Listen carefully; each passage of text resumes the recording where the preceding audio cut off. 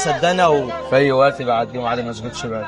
يعني في اي عادي. وقت عادي ما تشغلش بالك. طب اجي اخدهم امتى طيب؟ كمان ساعه كده عادي خدهم هتلاقيهم خلصانين باسمي ما تشغلش شكرا. بالك يعني. شكرا. انت عايز عادي اسمك ولا كريمي بقى؟ عادي. ماشي يا استاذ علي، انا اسف معلش ان انا اسف. ماشي. واي حاجه تحتاجها يعني تحت امرك ما تشغلش بالك يعني. ماشي يا استاذ علي، شكرا. على دماغك تحت يا عمرو. ماشي يا عمرو. السمك خلص يا باشا؟ خلصان باسم نور. بسم الله. شكرا يا غالي والله، مش عارف اقول لك واي حاجه تحتاجها تحت امرك يعني. ربنا يخليك يا باشا. على ماشي. دماغك. السلام عليكم. انا عايز اقول لك على حاجه. طيب سكه ثانيه.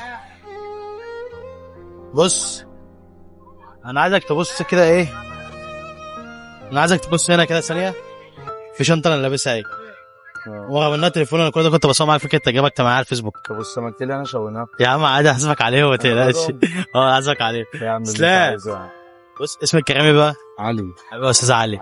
انت بجد طلعت حد محترم جدا، على دماغك. وبجد اي حد في الموقف ده فاهم ما كانش عامل اللي عمله معايا ده يعني. فانا عايزك برضه تقول للناس كلها عنوانك عشان كل اللي بيتفرج علينا يجي. على دماغي المنصورة شارع الجلاء عند سمكة بالروس.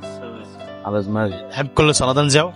ايه؟ تحب كل صلاة نزعه؟ ازاي يا باشا؟ يعني مفيش مشكلة؟ مفيش مشكلة. قول لي بقى احسن السمك ده ايه؟ لا من عندنا احنا. لا مش هينفع. لا والله.